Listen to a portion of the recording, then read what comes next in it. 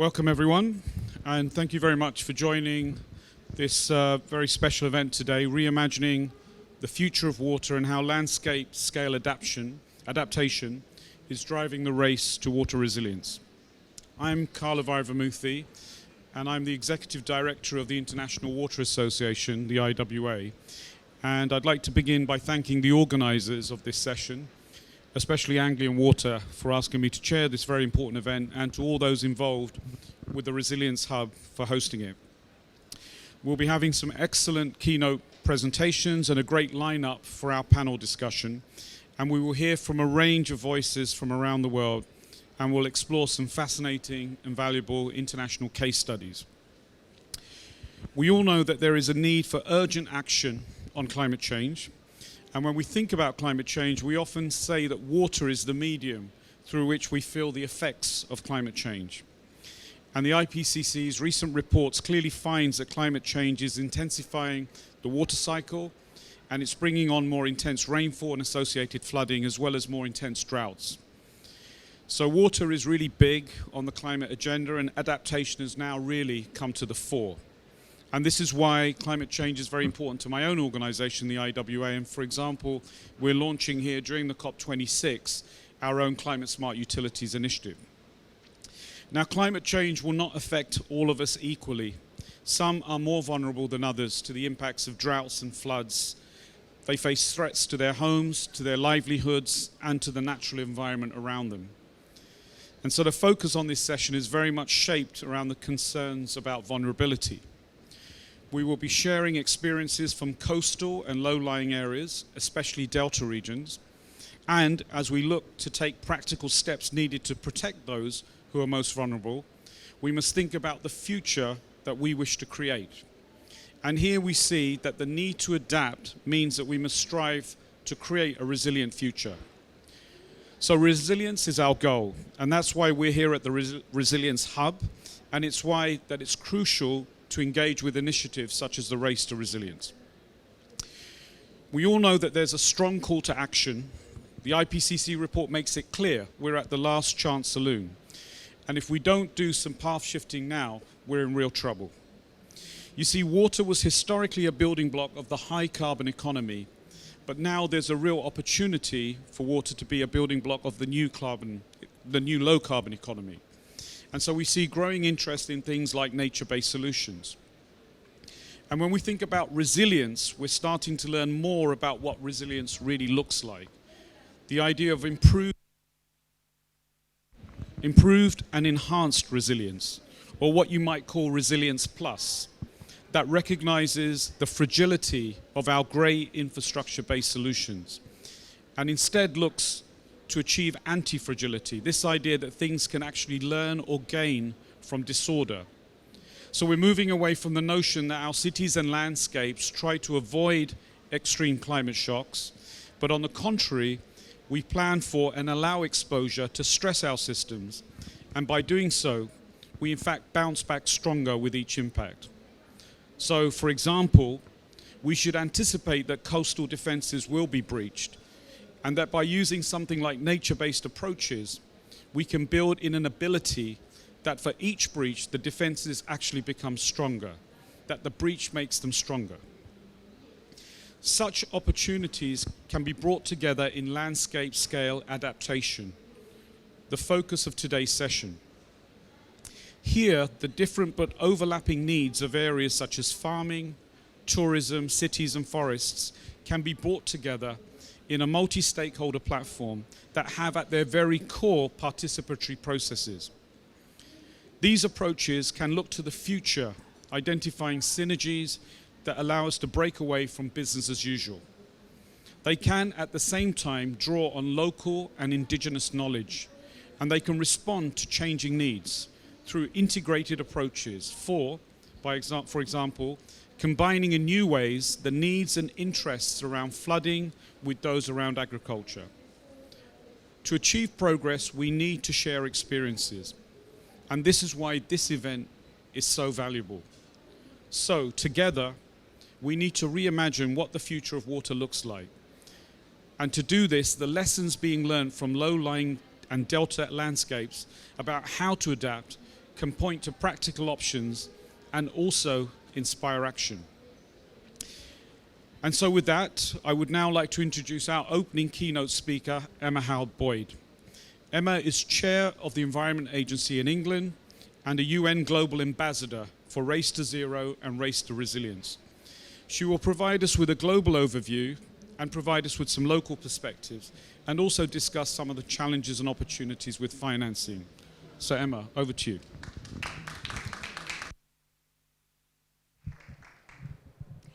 Thank you, thank you. It's great to be back in the Resilience Hub. Climate change may be global, but its impacts will be felt here in Scotland, just as they are south of the border, where last week we saw flooding in Cumbria. In December 2015, when the Paris Agreement was signed, I was at COP21 as part of a UK finance delegation calling for the transition to a low-carbon economy. I had to leave the negotiating hall to be briefed by the Environment Agency about terrible floods in Carlisle. It was a reminder that while the climate crisis is global, its impacts are very personal. But the recent heavy rainfall is also a reminder that when we invest in resilience, we can make a difference. Last week, over 1,400 properties in Cumbria were protected by our flood defences. A few weeks ago, the Environment Agency launched our third report to ministers under the Climate Change Act about how we are helping England prepare for climate impacts. It says that last year, more than 76,000 incidents were reported to the Environment Agency's Incident Management Service, including flood, drought, fires, fish kills, and pollution incidents. 1 every 7 minutes, 24 hours a day, and that's just in England. Climate change is increasing their severity, frequency, and duration.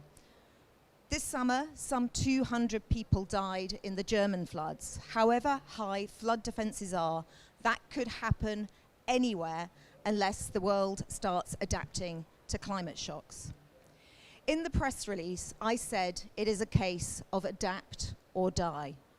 Last week in Kenya, Patrick Vakujan, the CEO of the Global Centre on Adaptation, said, "Adapt or die might sound too strong, and yet thousands of lives and millions of livelihoods have already been sacrificed in Africa due to inadequate adaptation."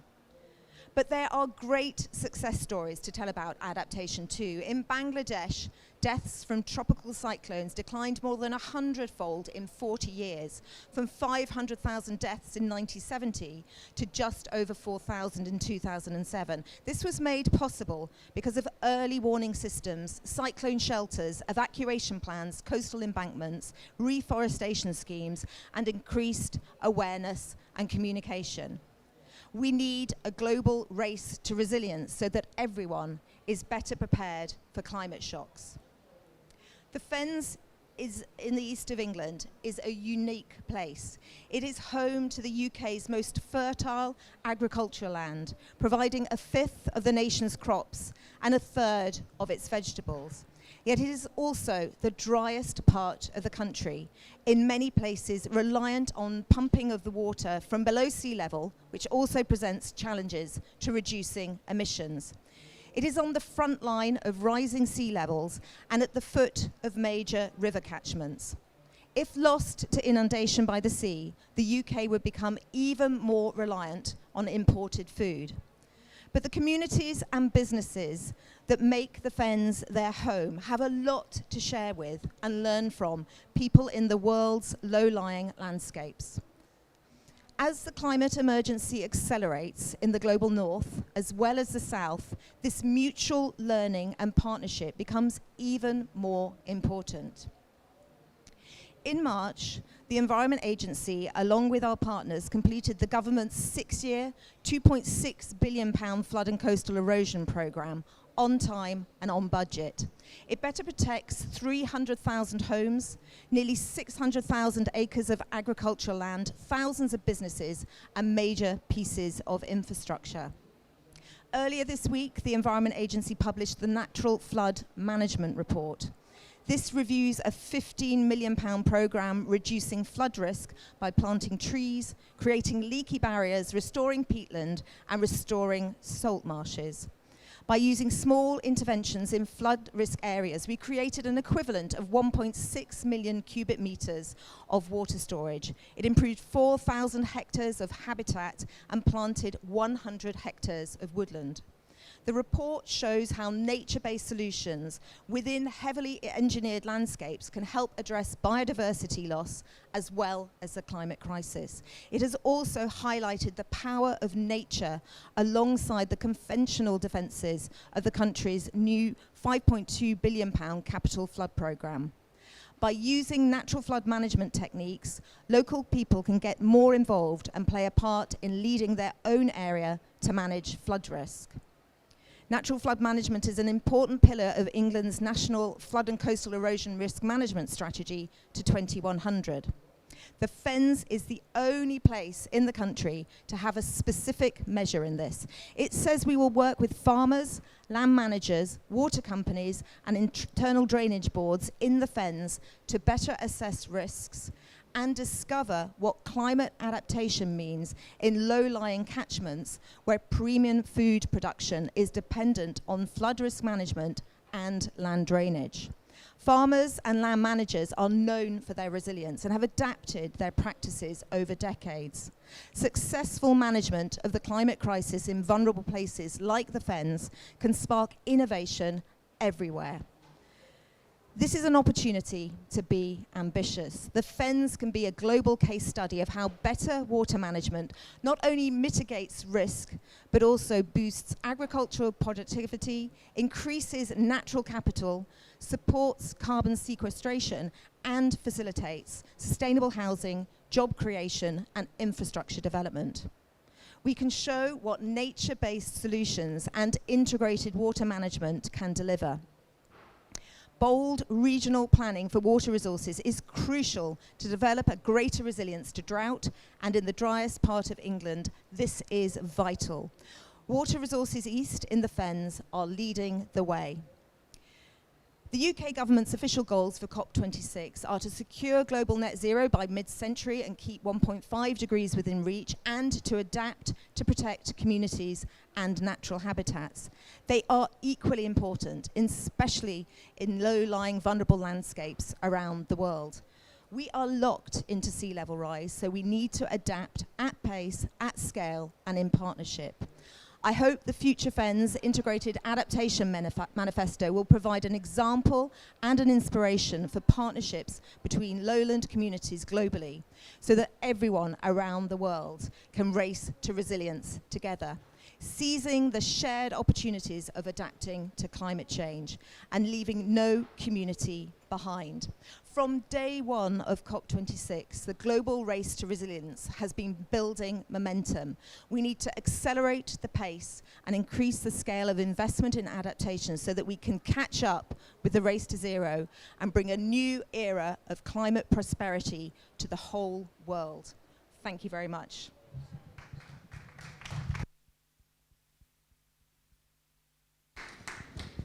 Thank you very much, Emma, for that very inspiring presentation, and I'm sure you've given us a lot of food for thought during our Q&A. And now we move to our cases on landscape scale adaptation. The first set of cases are covered by the work of the Living Deltas Hub. We will hear shortly from Dr. Hui Li. Dr. Li is a Deputy Director of the Living Delta Hubs and is a Senior Researcher and Lecturer at the Central Institute for Natural Resources and Environmental Studies at Vietnam National University in Hanoi. Dr. Li will explain the challenges of landscape scale adaptation using the examples of the Red River Delta in Vietnam and the Ganges Brahmaputra Meghna Delta in Bangladesh. First, though, we will see a video in which we will hear the voices from the Living Delta areas. So please, if we could have the video.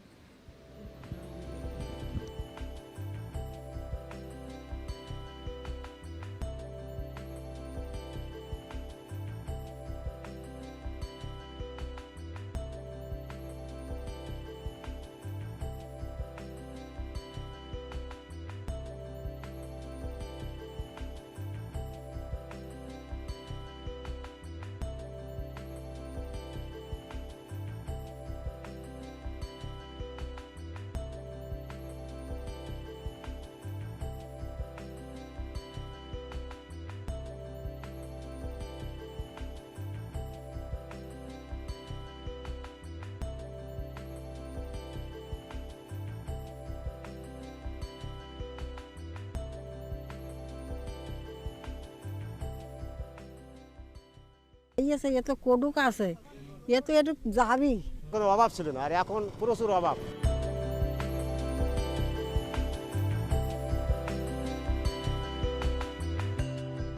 জলবায়ু পরিবর্তনের কারণে বাপ দাদার ভিটে আর পেশা ছাড়তে হয়েছে অনেককেই, হতে হয়েছে উদ্বাস্তু।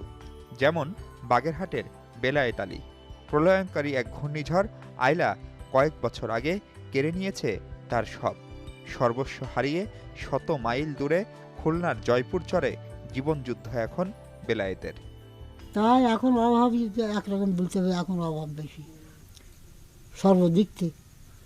মান সম্মানও খুব একটা থাকতেছে না এই বিদেশে। হঠাৎ করেই অভিবাসী হওয়া এরকম মানুষ এখন অনেক বাংলাদেশে। গত এক দশকে কেবল উপকূলবর্তী এলাকাতেই বাস্তুহারা হয়েছে লাখো বাংলাদেশি। যেই বর্ষাকাল আসে সেই এরকম ডুবে ডুবে যায়, আবার আর যখন গন চলে যায় সামনে একটু জাগে, এইভাবে মানুষ বাঁচে।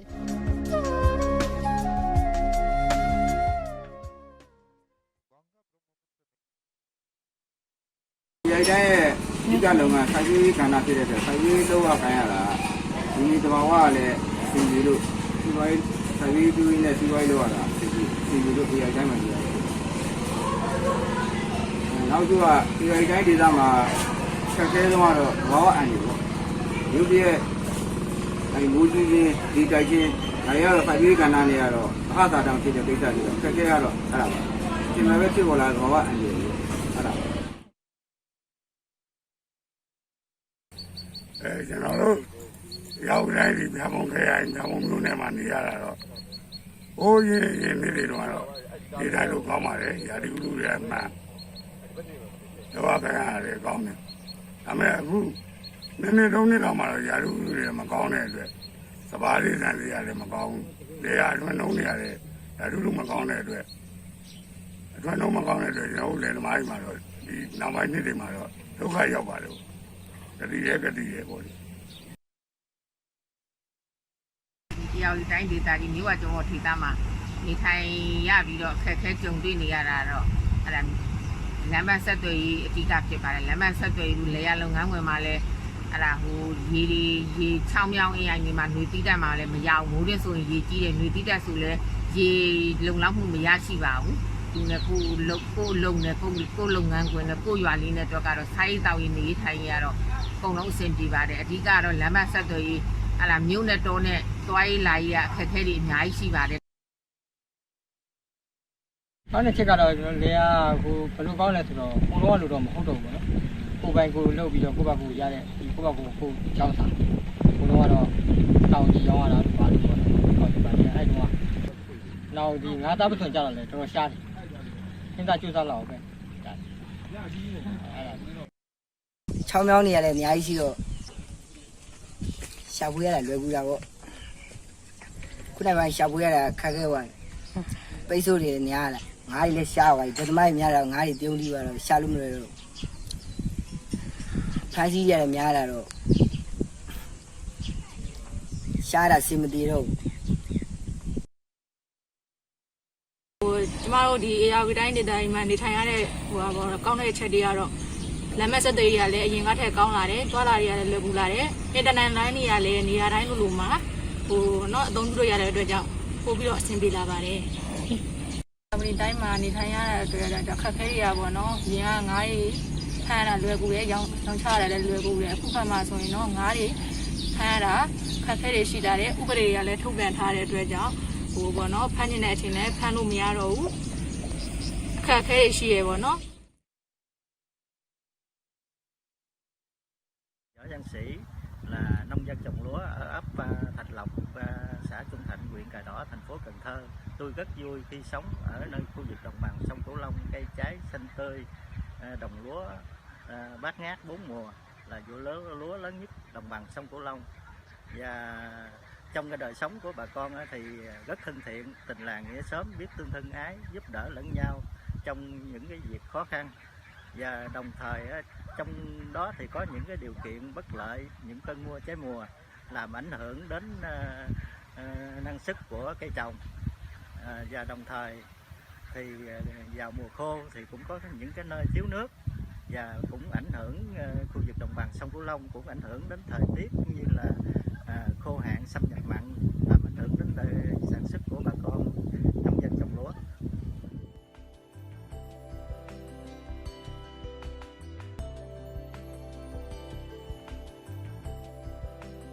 Moving video, and it was great to hear the voices from the living delta areas. I'd like to now ask Dr. Lee to give her presentation. So, Dr. Lee, are you online?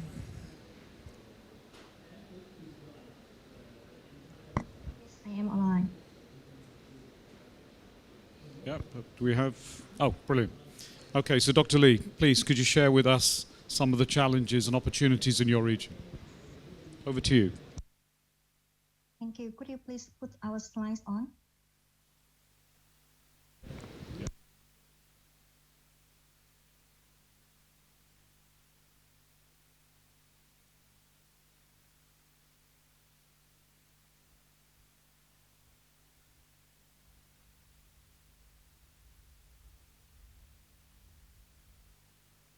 Yep, we have your slides, Dr. Lee. Do you want to start your presentation?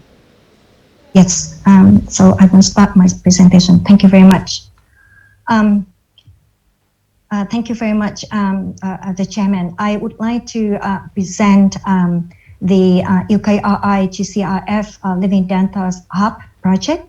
And this project is a transdisciplinary research hub tackling issues facing the low-lying landscapes of Asian mega-deltas. So in this project, we operate across 4 delta systems: the Red River Delta and the Mekong River Delta in Vietnam, and then GBM system in Bangladesh and India. And today I will present to you 2 case studies from the Red River Delta and then the GMB in Bangladesh. And through the case studies, you can see how the project has contributed to climate change resilience at the landscape scale.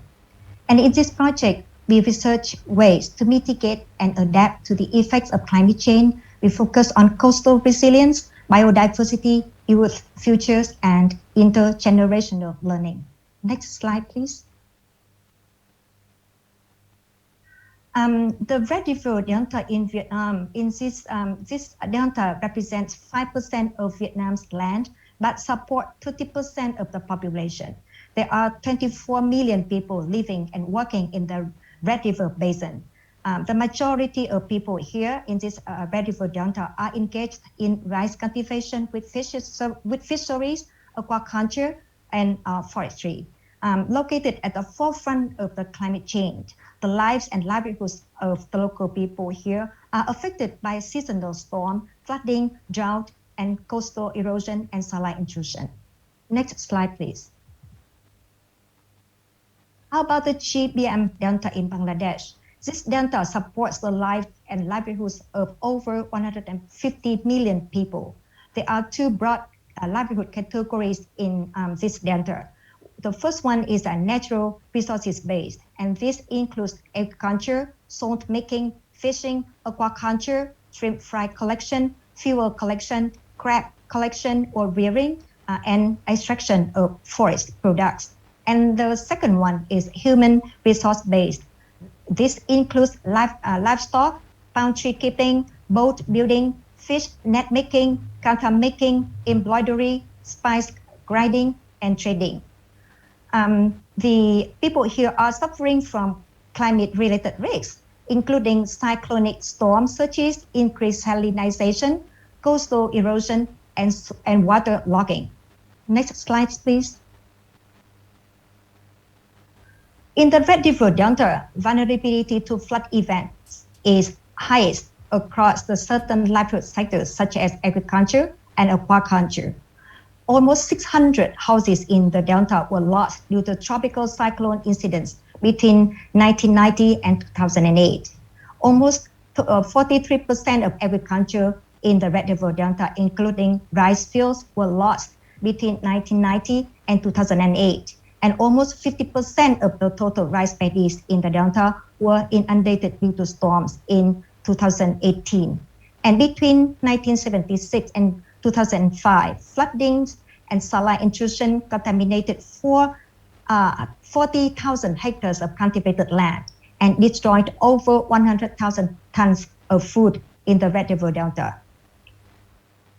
The results of analysis on the drought conditions of the Delta over the past 54 years show that in dry season with different time scales, drought and extreme drought conditions of the Red River Delta showed upward trends during 1961 and 2014. Drought intensity is likely to be significantly more extreme by the end of the 21st century, and drought events have been increasing in the Red River Delta due to depletion of water resources and increasing demands for water for daily life and agricultural production purposes. Next slide, please. What about the GMP Delta challenges? The following challenges have been witnessed in the GMB Delta in Bangladesh. In the last 14 years, 9 cyclones have been witnessed, loss of $3.3 billion and more than 16 million people affected within the year 2000 and 2013. Immediate damage have caused a lot of loss of crop, properties and assets, prolonged impacts like waterlogging and sandilization. The second challenge is sandilization of groundwater and soil. This has resulted in increasing water salinity due to reduced fresh water. Soil salinization increased by almost 27% in 4 decades, and also yield has been reduced. This also changed cropping patterns. Groundwater salinity is a big issue for drinking water and irrigation. The third challenge is coastal erosion in both estuaries and inland rivers. And this has caused land loss, thousands of people rendered homeless, sudden onset of extreme poverty. And then the fourth challenge is waterlogging. Waterlogging has led to sedimentation in rivers, waterlogging in borders, and a major water security issue for more than 1 million people. Next slide, please.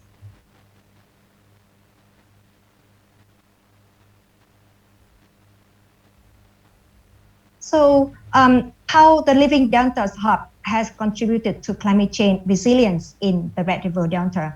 Our key findings have shown that the privatization of the mangrove resources and the mud flats have deprived many poor households of livelihoods dependent on access to mangrove resources. The Red River Delta dwellers are facing a combination of risks exacerbated by lack of urban planning, lack of sustainable farming or aquaculture systems, lack of capacity to manage water resources, wetlands, and mangroves. More importantly, the Living Deltas Hub's research provides a comprehensive understanding of risk in the Red River Delta. Together with the scientists, the local communities, and the local government, we co-design initiatives that aim to increase resilience to disasters, preventing coastal erosion, saline intrusion, sustainable food, and drought management using an integrated system approach. Some good examples are mangrove forest restoration, intensive stream farming, community-based ecotourism. And in this one, you can see there's a pond. It is the extensive stream farming pond. And then you can see the mangroves still exist in the middle of the pond. So next slide, please. In the GMB Bangladesh, the Living Deltas Hub uses an integrated system approach to investigate socioeconomic and livelihood impacts of environmental shocks, changes in socioeconomic vulnerability and livelihood strategies with time, people-centric ecosystem-based system, for example, mangrove afforestation in combination with conventional structural protection and natural cultural heritage-based approach for optimal use of resources, linking macro-scale interventions with community-based adaptation strategies. With all of this, we hope that we can work together with the local community to create sustainable deltas. With that, I would like to stop my presentation. Thank you very much.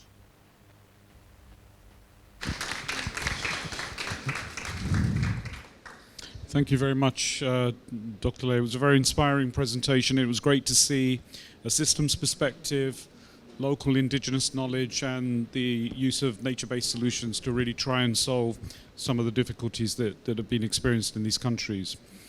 Now we move on to our second case based here in the UK, and we will hear from Peter Simpson. Peter is the CEO of Anglian Water, and he is a founding member and now co-chair of the Corporate Leaders Group in the UK. Peter will talk about the Future Fens initiative, including the international collaboration that led to it, and he'll also describe the current and future activities. First, however, we will watch a video that sets out the context and ambitions of the Future Fens initiative. So please, if we can have the video.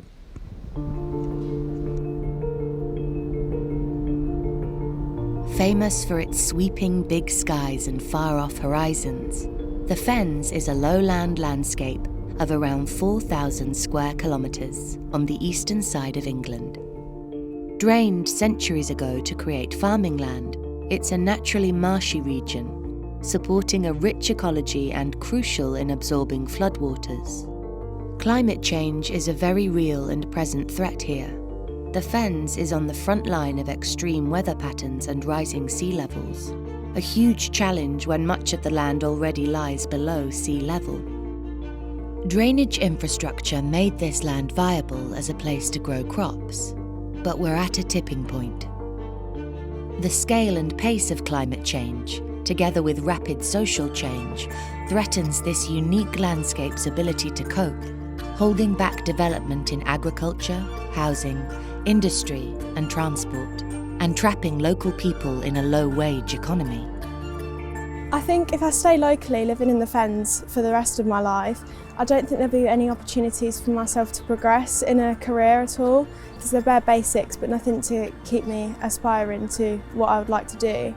If everybody takes action now, then for my future children and grandchildren, they'll be able to stay here and have lots more opportunity, more than my parents and grandparents did.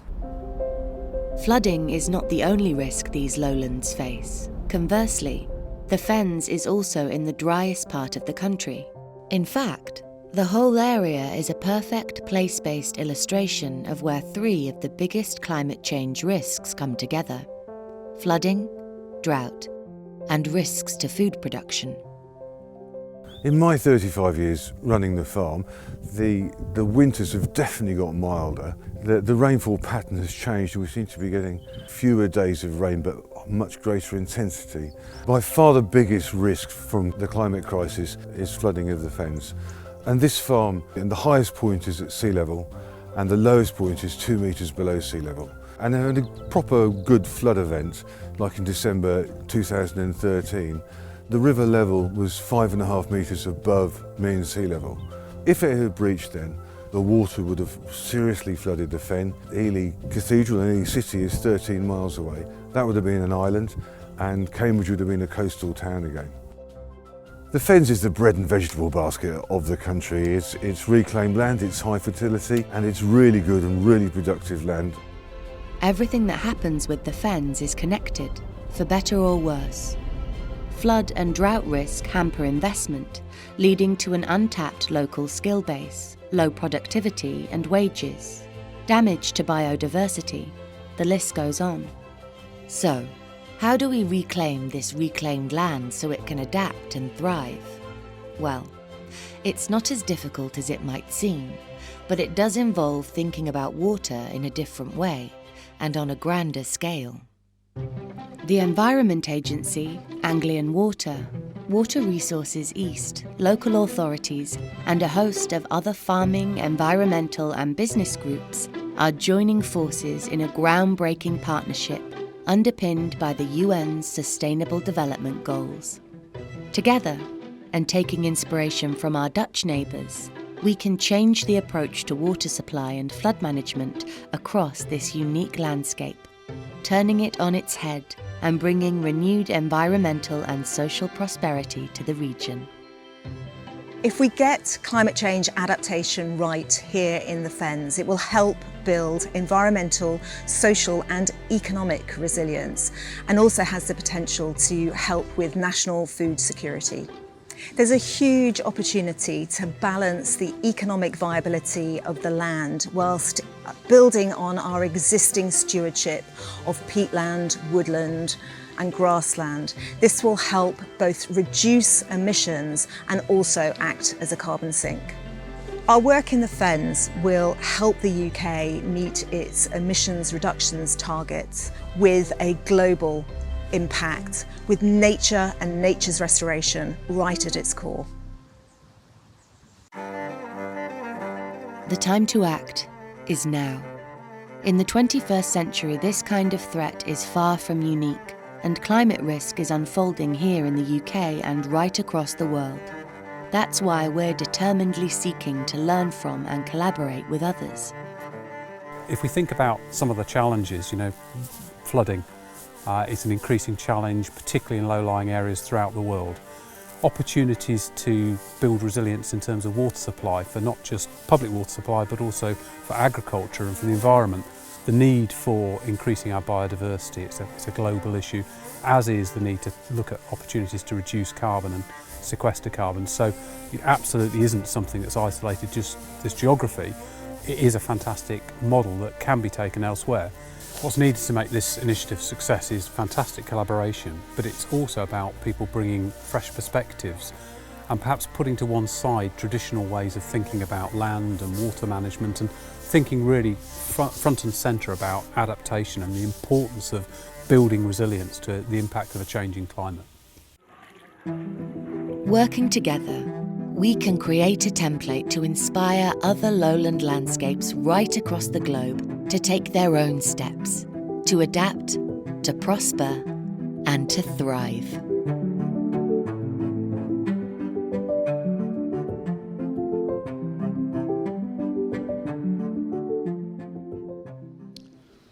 Brilliant. And now can we hear from Peter? Peter? Thank you very much indeed, Carla. Appreciate that, and thank you very much to Emma for that fantastic keynote, and particularly to your colleague Paul Burrows, who's done some amazing work in this area. So you will probably have gathered the area of the Fens we're talking about here is somewhat smaller than the megadeltas, about 4,000 square kilometres, where land which was traditionally salt and freshwater wetlands below sea level was drained in the 1600s to create what is now the breadbasket for the UK, with about 50% of the UK's best agricultural land in this area. So there's some real parallels there. The Asian megadeltas, I think they generate something like 90% of the world's rice. So you get a sense of the parallel around the importance of food production. The similarities don't end there. The challenges as a result of a changing climate are also similar in terms of the threats from flood and also the threats from the opposite extreme of drought, and also the impact on the people who live there. And I guess my first involvement in thinking about this was back in 2013, and it was very much from a focus on the market town of Wisbech and looking at the impact on the people who were living there and the deprivation that we saw as a result of them being trapped in a low-wage economy where some of these risks were actually stifling the ability for the town to develop. So next slide, please. So Emma's already highlighted some of the issues associated with the flood risk as a result of climate change. Coupled with this is the fact that many of the assets, the flood and water management assets that currently govern that area, are nearing the end of their lives. They're very energy intensive, they use a lot of carbon, so we really do need to think differently together. And just building ever higher flood walls, frankly, isn't going to cut it, either socially or technologically. And we heard from Joe. Joe's actually a farmer whose family have farmed there in this part of the world for many hundreds of years, and you've heard his reflections. But of course, flooding isn't just one of the risks. There's another risk as well, which is the challenge with respect to water supply. Next slide, please. So water scarcity. So this part of the world, this part of the UK receives about 2/3 of the rainfall of the rest of the country. So it's water scarce already. So the threat of too little water is equally something to focus on. So we spend a lot of our time focusing on the two extremes. What happens if it floods, or what happens if it's too dry? That is the reality for how farmers and how communities are having to think about living in the Fens. This particular chart reflects on something that the Chief Executive of the Environment Agency said back in 2019, his Jaws of Death speech, which essentially is when the amount of water that we demand crosses over with the available supply. And on this graph is actually the graph for Anglian water, which says if we were to do nothing in terms of public water supply, we have issues within 5 years. Now, rest assured we are doing things. We're reducing demand and building pipelines and all sorts of stuff. But the key thing to remember here is it will be a huge mistake for us to do that in isolation. It will be a huge mistake for us as a water company just to think about public water supply and not think about the other users of water. Next slide, please. So, how do we unlock some different thinking? Well, I think it starts off with a sort of place-based perspective. Start looking at place-based and stop thinking in silos. Stop thinking in isolated silos about flood risk, public water supply, irrigation, carbon sequestration, biodiversity. The mistake is to think about those things in silos. The opportunity is to bring them together and think differently from a place-based perspective. I think we've got to embrace new approaches to modelling. So some of the fantastic insight that we've gained from this area is by using some of the work that's been done by our Dutch colleagues on innovative approaches to modelling for flood, which has given new insight to new approaches that can be taken to managing flood. But also in terms of the availability of water. It's really, really important that we all think in common and aligned scenarios. So one of the huge steps forward that Emma referenced in her speech was the formation of Water Resources East in 2014. It's an excellent organisation led by a gentleman by the name of Dr. Robin Price. And there's about 180 organisations who are part of it. And they consider every aspect of the demanders for water. So what does the environment need? What does the power sector need? What does public water supply need? What does navigation need? What does farming need for irrigation? And actually has gone about embarking upon a journey to make sure that we've got some internally consistent scenarios for what water demand in the future will mean for this part of the world. So very different to just a water company thinking purely about its own affairs. And it's developed a model, so a common frame of reference against those scenarios in order to develop what we think we need to do as we move forward. Had we not done that, had we not been thinking that way, we would have missed the fact that perhaps 20% of the UK's green hydrogen might be needing water from this part of the world. And had we not been thinking like this, we would have missed that in its entirety. Next slide, please. So, what do we have to do? We have to take a holistic approach. We have to take a multi-sector approach. But it's also really important not just to think about this as a multi-sector approach purely from a water point of view. It's really important to integrate thinking about the land and thinking about the development of the land. And this is something we've learnt a lot from our Dutch colleagues. We took a study tour over to Holland back in 2017, and it really highlighted to us the fact that you can't develop water strategies in isolation from landscape and particularly development plans for housing growth. And it was something else that they brought out very, very firmly was you can't think about water supply if you're not also thinking about flood management. And if you think about the things together, guess what? You come across other opportunities. Opportunities whereby you're holding water back are opportunities to provide water for irrigation, for public water supply, for the environment. And that's something the Dutch have really got, and it's something they've really passed on to us. They also spend a lot of time working with communities and engaging communities, and I would encourage you, if you ever get a chance, to look at the what's called the Dutch sand motor, which is a completely unique approach to coastal flood defence. Not only is it different, but it's also fantastic the way they've engaged communities on a really big challenge in Holland. And I think we've got Nanko talking later on, maybe he'll mention it. So what has this done? Well, it's led to a strategy, and what you're seeing on here is the sort of headlines of the strategy. Essentially, it's 2 new large 60 billion litre raw water reservoirs in the Fens, one in the west of the Fens and one in the south of South Lincolnshire, linked together with lots of smaller open reservoirs for farms, open channels, wetlands that are created as part of this to give us resilience to drought, flood, increase biodiversity and enable carbon sequestration. So multiple objectives. Now these reservoirs are not pie in the sky. These are not things that are for the long distant future. These are reservoirs that are part of a scheme really facilitated by our regulators through a programme called RAPID, which actually means that we're really accelerating the need for these, and the idea is to actually have these projects shovel ready starting by 2025, so in the near future. And it opens up the potential for towns like Wisbech that I mentioned earlier to develop sustainable housing and actually other infrastructure projects like the connection of Wisbech rail through to Cambridge, which have been held back by flood risk historically. So my last slide, please. So these strands have all been pulled together now into something which is called the Future Fens Integrated Task Force. There's something like 50 organisations taking part in that. There's local government, there's agriculture, there's business, there's energy, the Environment Agency. It's sponsored by the Mayor of the Cambridgeshire and Peterborough Combined Authority, Dr. Nick Johnson, who on his very first day reinforced his support for this really, really important project.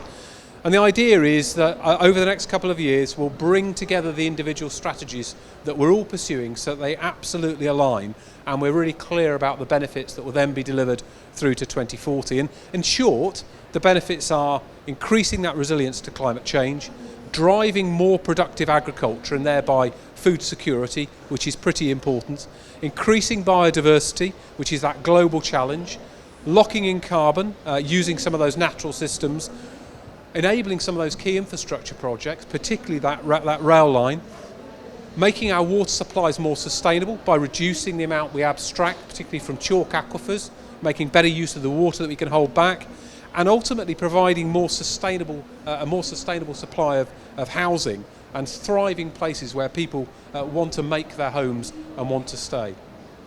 And today I know we'll be securing some cooperation between the global north and south, which we'll talk about in a bit.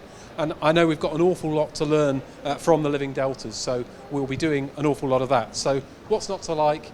Thank you very much.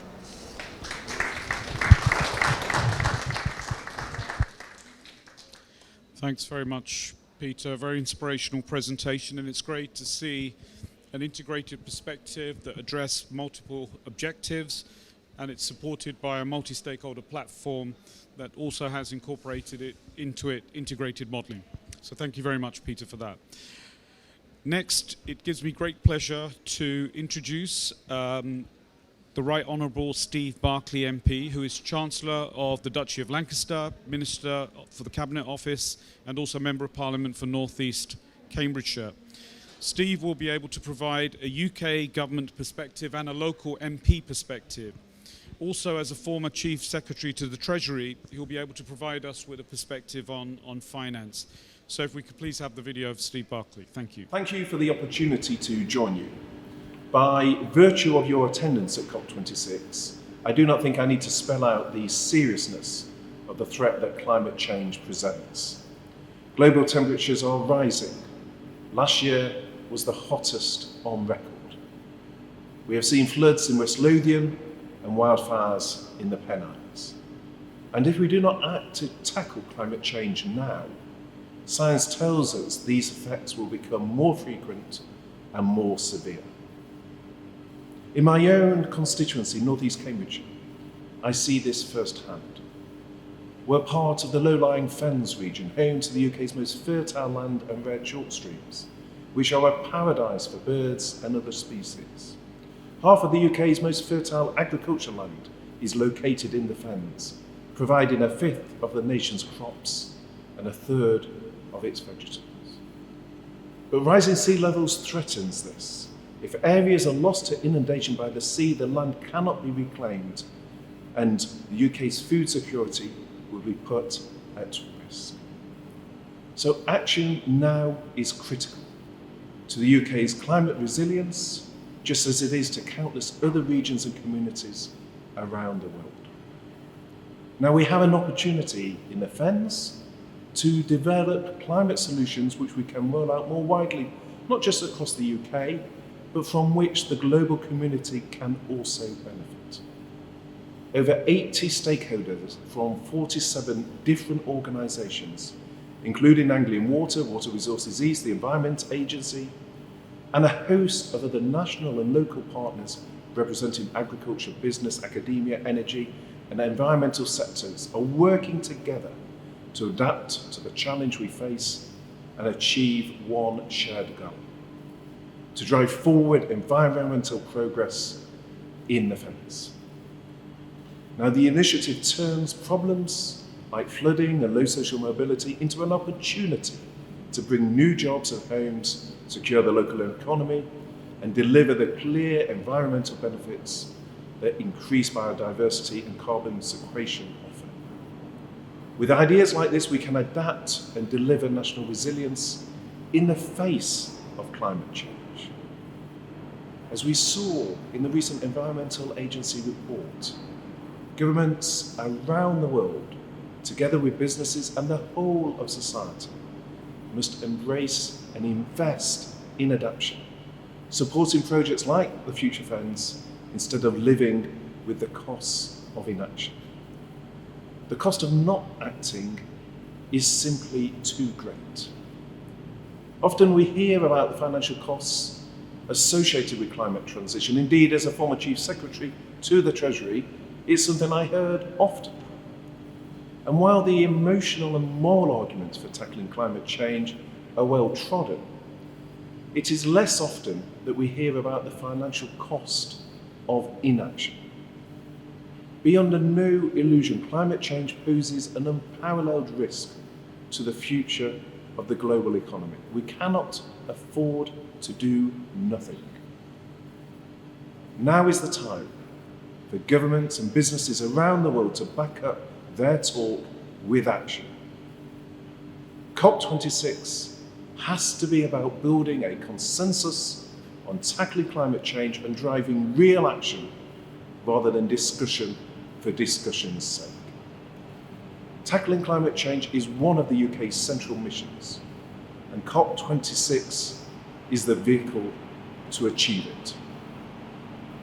To this end, we are leading as a government by example. We are the first major economy to legislate for net zero by 2050. We are decarbonising our economy faster than any other country in the G20. Over the past 30 years, we've grown our economy by 78%, whilst cutting emissions by 44%. And we will end the sale of new petrol and diesel cars by 2030, which puts us on track to end the sale of polluting vehicles before any other G7 nation. And we are investing billions of pounds in climate finance, helping nations on the front line. But we're not done. We need more action from more actors. If we come together, we can build back greener and build back better than ever before.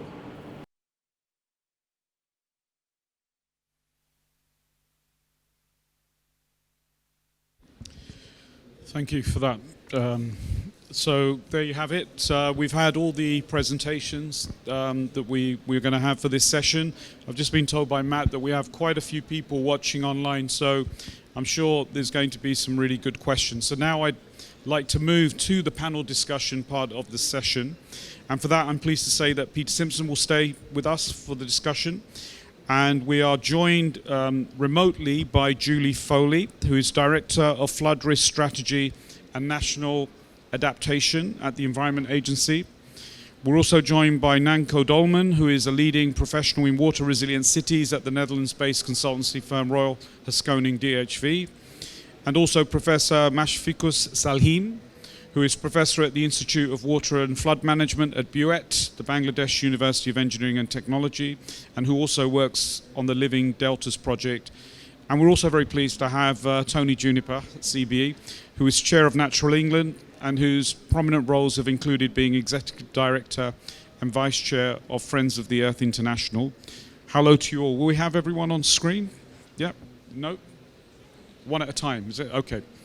All right, so we are going to look at landscape scale adaptation approaches, especially in terms of its connection with the three pillars of sustainability, economic, environmental, and social. And we'll also be taking questions from the room and also from our virtual audience. But to get things started, I would like to put questions to the panelists who have just joined us, who haven't had an intervention so far. So to start with, I'd like to ask Professor Salhim, Professor Salim, are you there? Yes. You can hear me. Okay. Could I ask you, Professor, to react to what you've heard so far and to comment on how do we overcome any disconnect between local programs and government priorities? So over to you, Professor. Thank you. So I don't really call it a disconnect, between local priorities, local problems and government priorities. Rather, how we can, try to maximize the opportunities that are there to link them.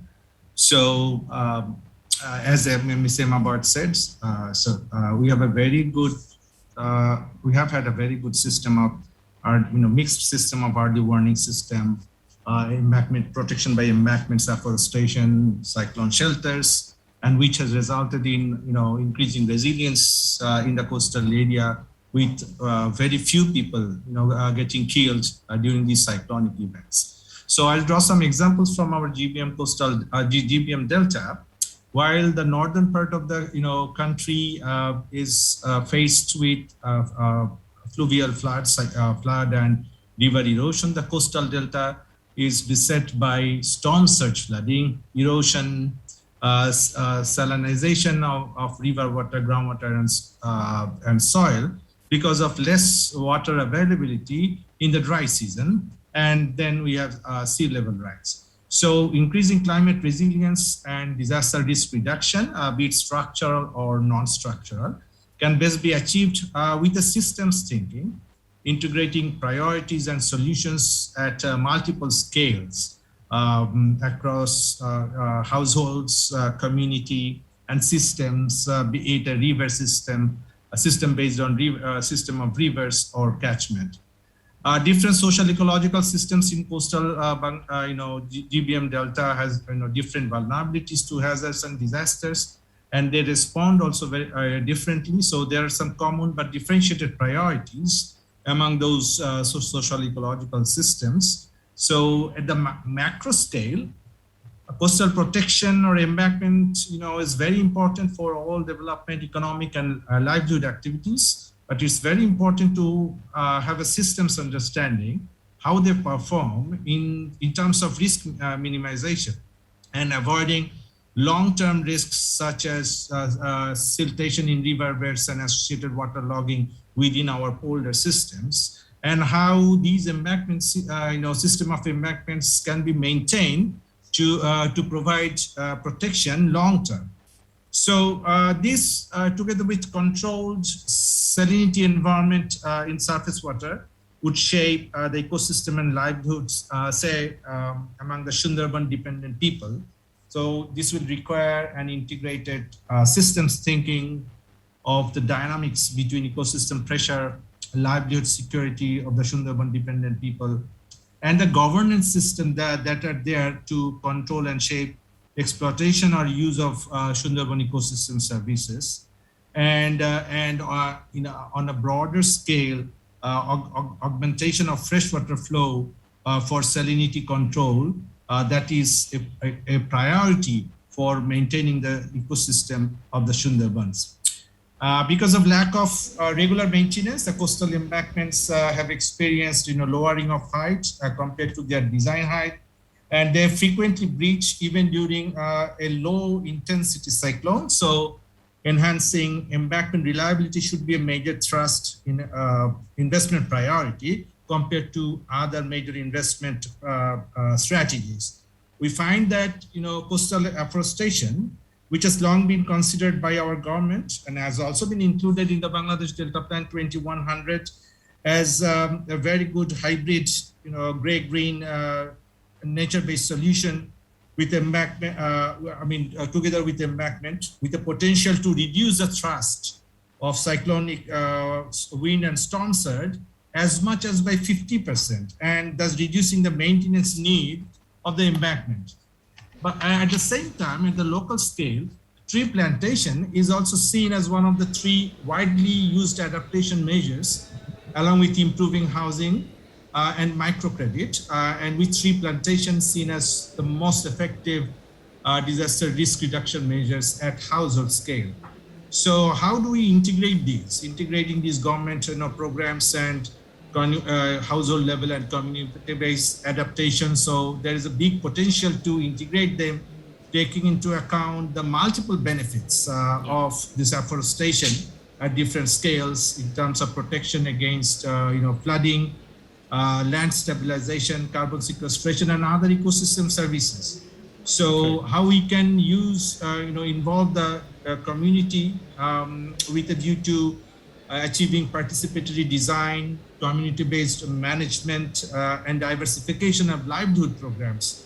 And maintenance of these afforested area, once those are in place, would be a major issue because of the the way the afforestation is normally implemented. So there needs to be diversification of forests. Thank you. So a challenge is to allow the communities to enjoy the benefits continuously, as opposed to one-time benefit of getting payments for labor. So thank you very much. So thank you. Thank you very much, Professor, for that wonderful intervention. And as you say, you made a very important point that water is really a system of systems of systems. And so the interventions really have to be at multiple scales. So thank you, Professor. I'd now like to ask Julie Foley. Hi, Julie. I hope you can hear me. And again, I would like to ask you to react to what you've heard and comment on how what you have heard supports the race to resilience aims and approaches. So over to you, Julie. Thank you. Thanks for having me. I think it's been wonderful hearing the presentations, actually, and the future fens and living deltas are really shining examples, I think, of race to resilience in practice and living out the ambitions of putting climate adaptation at the heart of long-term planning. As we've heard already, we're going to experience continued sea level rise and much more extreme weather events. And for places like the fens, it's absolutely essential, and indeed other places, it's absolutely essential that we get ready for the unavoidable impacts of climate change. And for the fens, the idea of adaptation being an option, when it's no longer an option, it's absolutely fundamental to the survival and the future thriving of the fens economy and communities. I think what we've been hearing about are real brilliant examples of the National Flood and Coastal Erosion Risk Management Strategy that the Environment Agency has produced with many partners and was laid in Parliament last year. And that recognised a really important point that we need to think differently. And the idea that building higher and higher seawalls or flood defences is the answer is very short-sighted and will no longer be sufficient in a changing climate. And that means we need to look at good spatial planning, avoiding development in high flood risk areas. We need really good professional flood incident response. But very powerfully, we've heard many examples today of using and working with nature and using nature to drive flood resilience, but actually importantly, not just that, to help us with drought resilience and help us with nature recovery. And our evidence base around this is improving vastly, just here in the UK, but I know internationally as well. Peter Simpson made a great point about the race for resilience concepts being about not only thinking differently, but collaborating differently. And I think we've heard some really important examples of working with a much wider range of partners.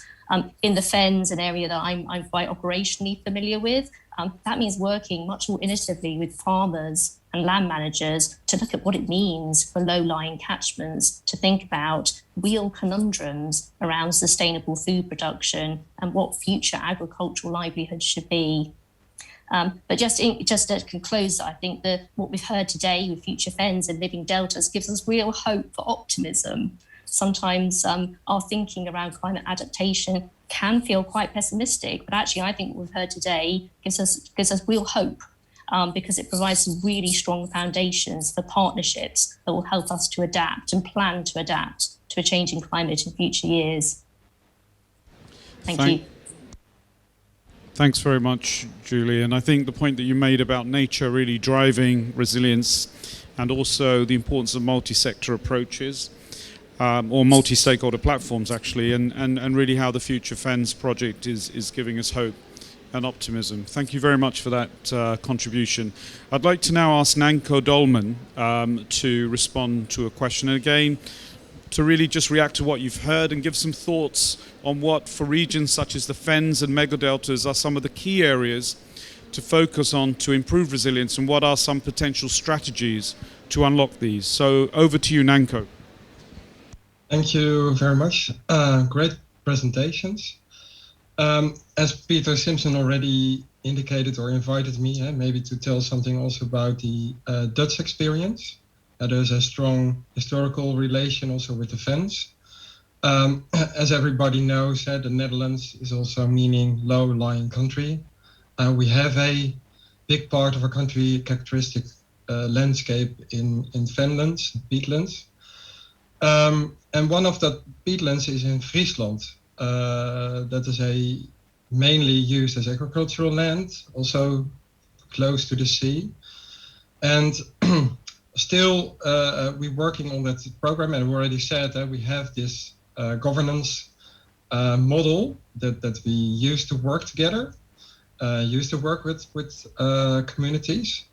And I would like to highlight some of those key components that are maybe also interesting of bigger, I would say, deltas and tropical peatlands in Bangladesh and Vietnam.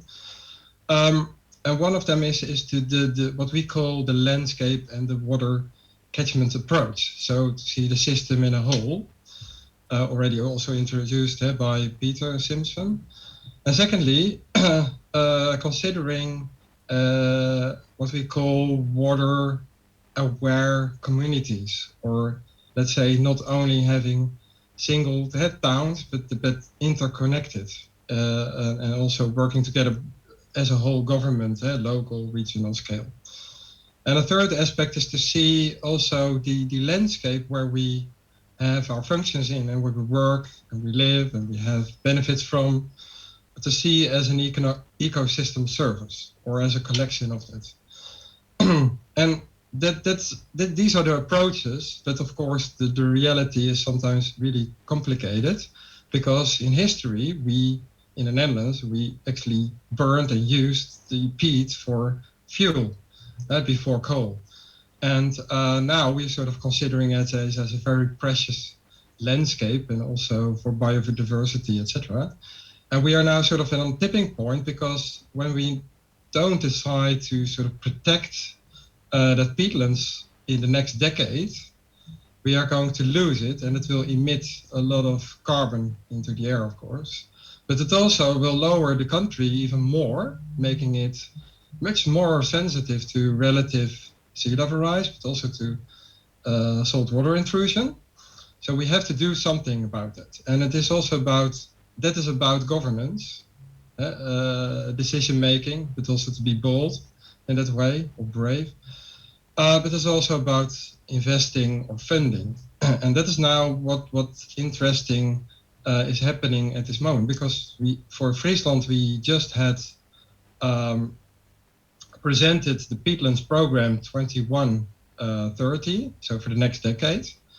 And we need over €500 million of funding for that, for the next 10 years only.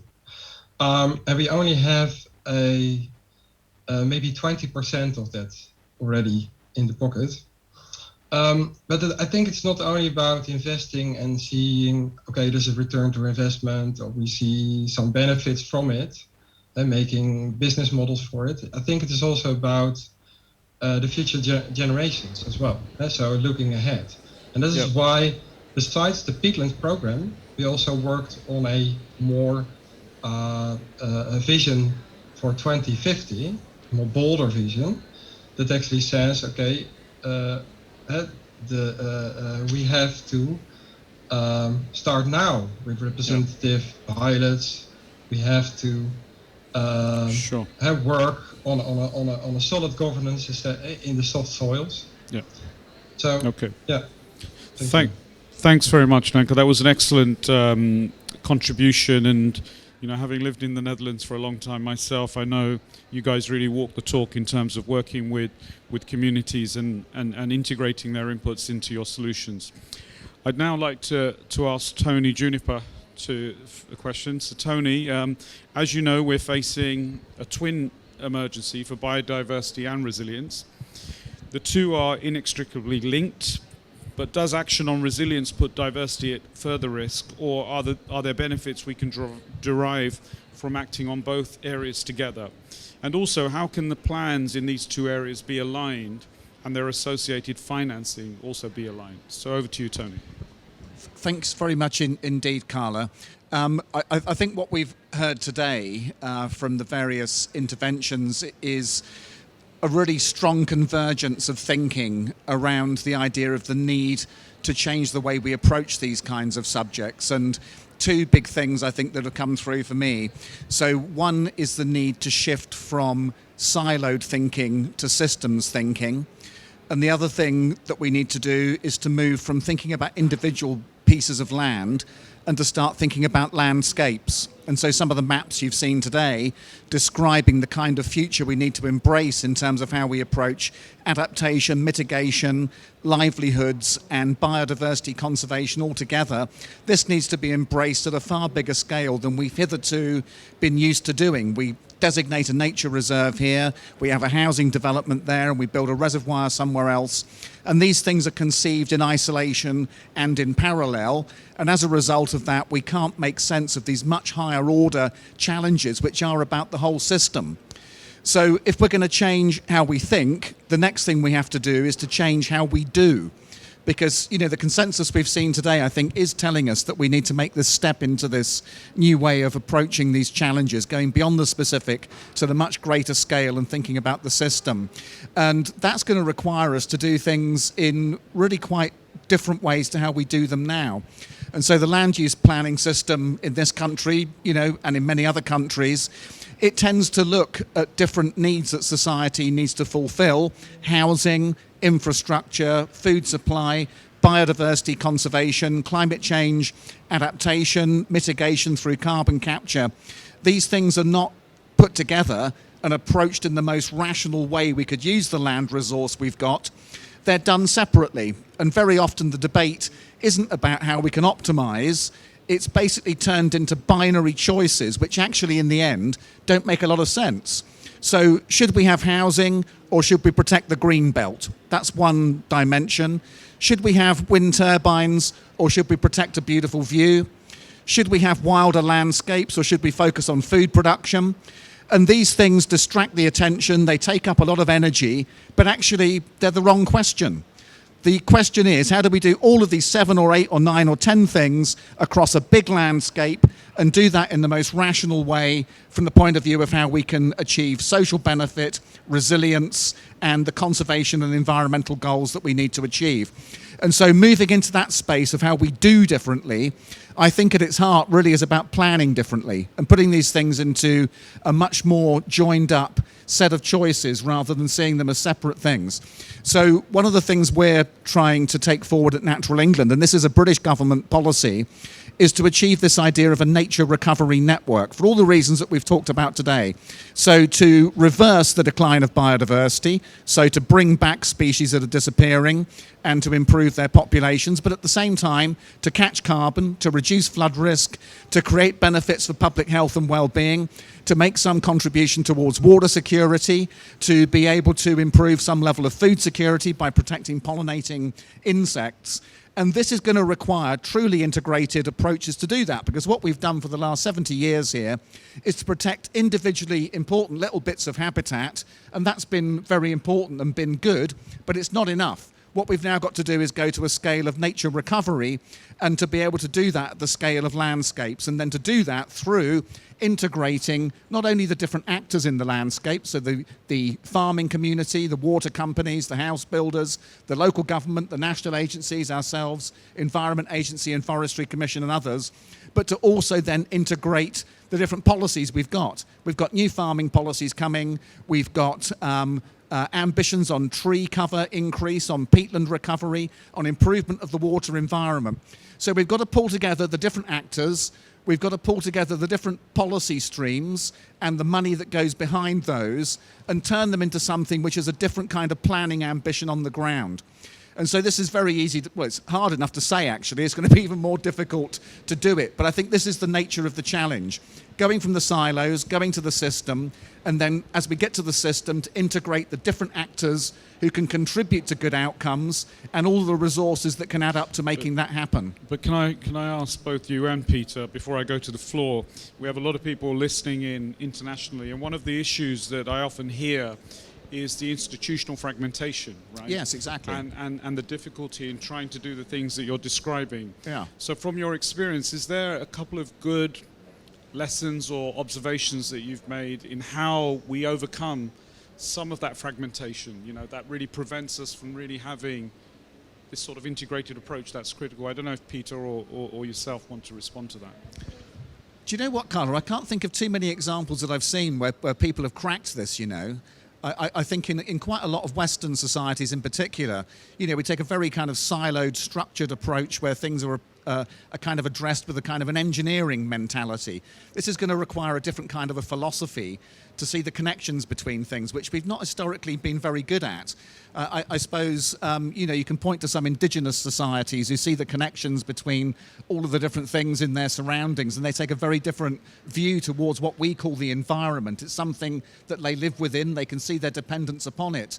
But in Western societies, we've become so detached from the realities of how the world works. This is kind of almost a philosophical shift that's required, and it's one that I think in Western societies we don't see too much of, but I think what we've heard today, you can see the need for it now being very clearly understood. We need a much more joined up approach about the whole system, integrated, holistic thinking, and if we can start getting into the practical ways of doing that through changing how we plan, changing how we look at institutional structures and how they relate to each other, then that's maybe how we make some progress. But it's something that, you know, it's pretty challenging. Yeah, Peter, I don't know if you want to. Yeah, no, I was going to say that I think it probably has to start with having clarity on what we're trying to achieve.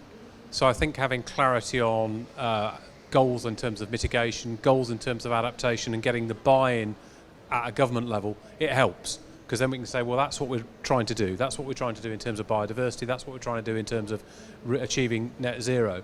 But it does require lots of different thinking. I mean, one of the points I was making in the presentation is we've had to do lots of different modelling. Well, you might think, well, that's all very interesting. Actually, it's breaking out of old paradigms which were based on previous assumptions about how everything fitted together is tough, because people get, institutions, individuals get very comfortable with what they know.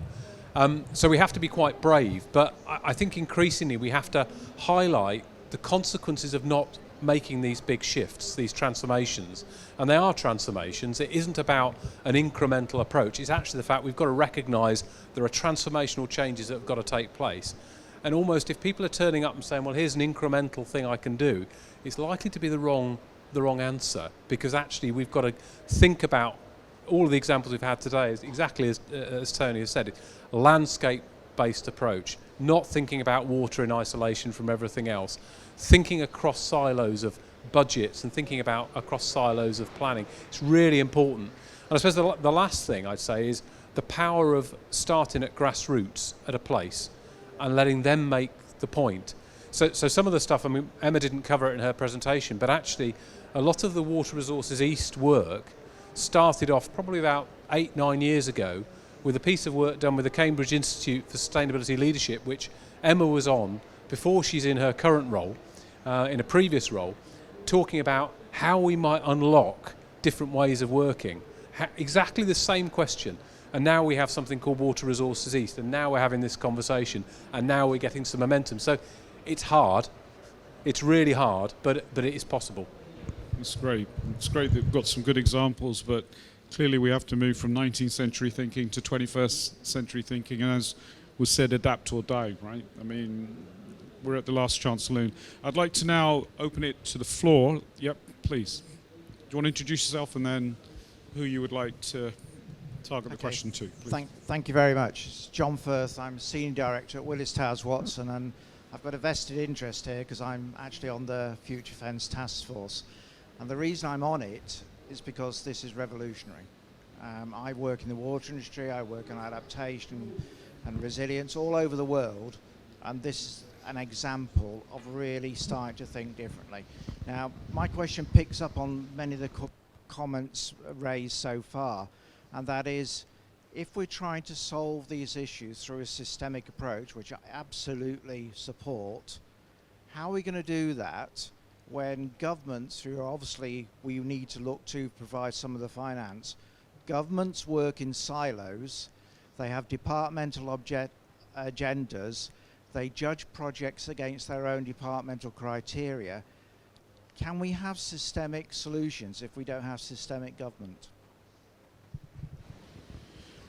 Let me, if you don't mind, I'd like to ask our Vietnamese colleague to respond, because it would be good to get an international perspective. Dr. Lay, if you're still there, the question was really if we have to have an integrated approach, how, if governments themselves are fragmented and they're sort of ring-fencing the money that they have, that they won't be able to really deliver or really even understand how to deliver on a much more sort of integrated system solution. So, Dr. Lay, would you like to say something? Yes, thank you very much. I think that question is very interesting. So in Vietnam, we have a saying like, the king stops at the gate of the village. That means the government's policy cannot come into a village in the Red River Delta. So in order to get the message through, I mean, the government needs to have a dialogue with the local communities to let them know that what we are going to do is good for you.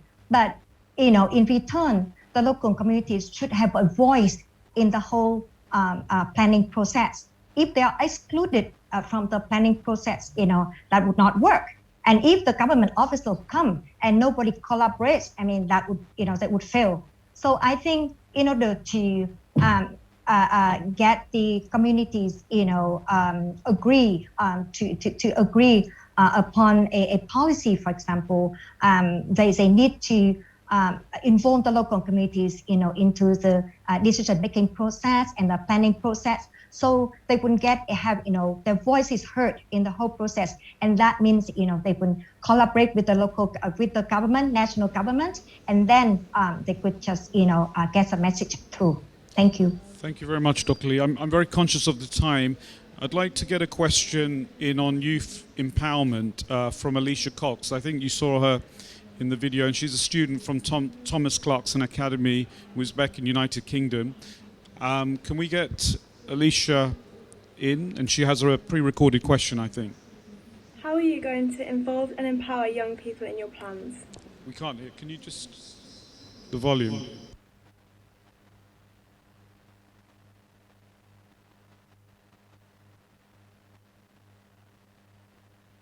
How are you going to involve and empower young people in your plans?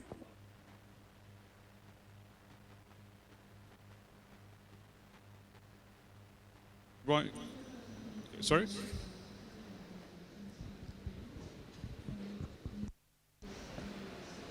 Would you like me to relay that question? So that question is, how can we empower young people as we do landscape scale adaptation?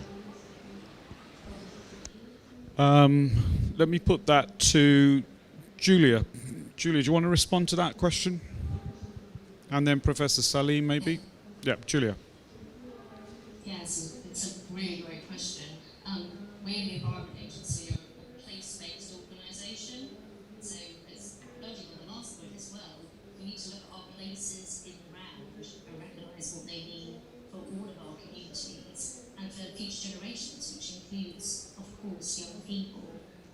And that means thinking about the kind of economies we want, the future jobs we want, the skills that we want for more resilient and adaptable places. But absolutely, young people need to be front and centre to thinking about what resilient and climate resilient places should be looking like. Sure. Thank you very much, Julia.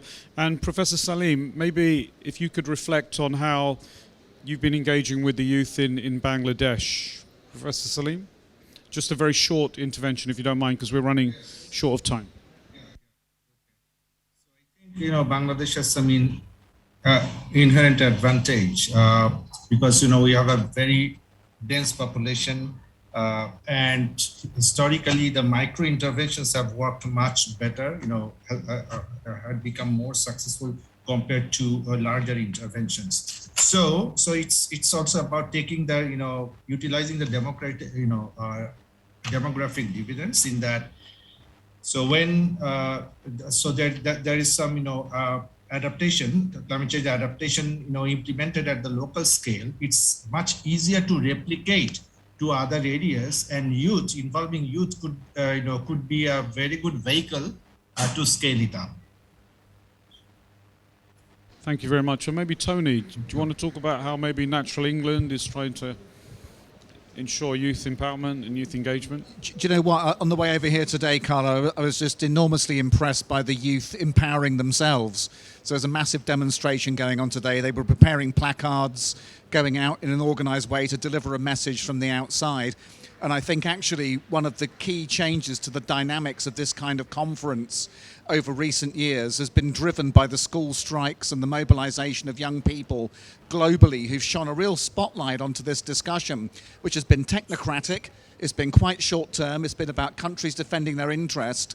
But the moral authority of people who are going to have to live with the consequences of all of this, I think, has been a hugely important change in the dynamic of this political discussion.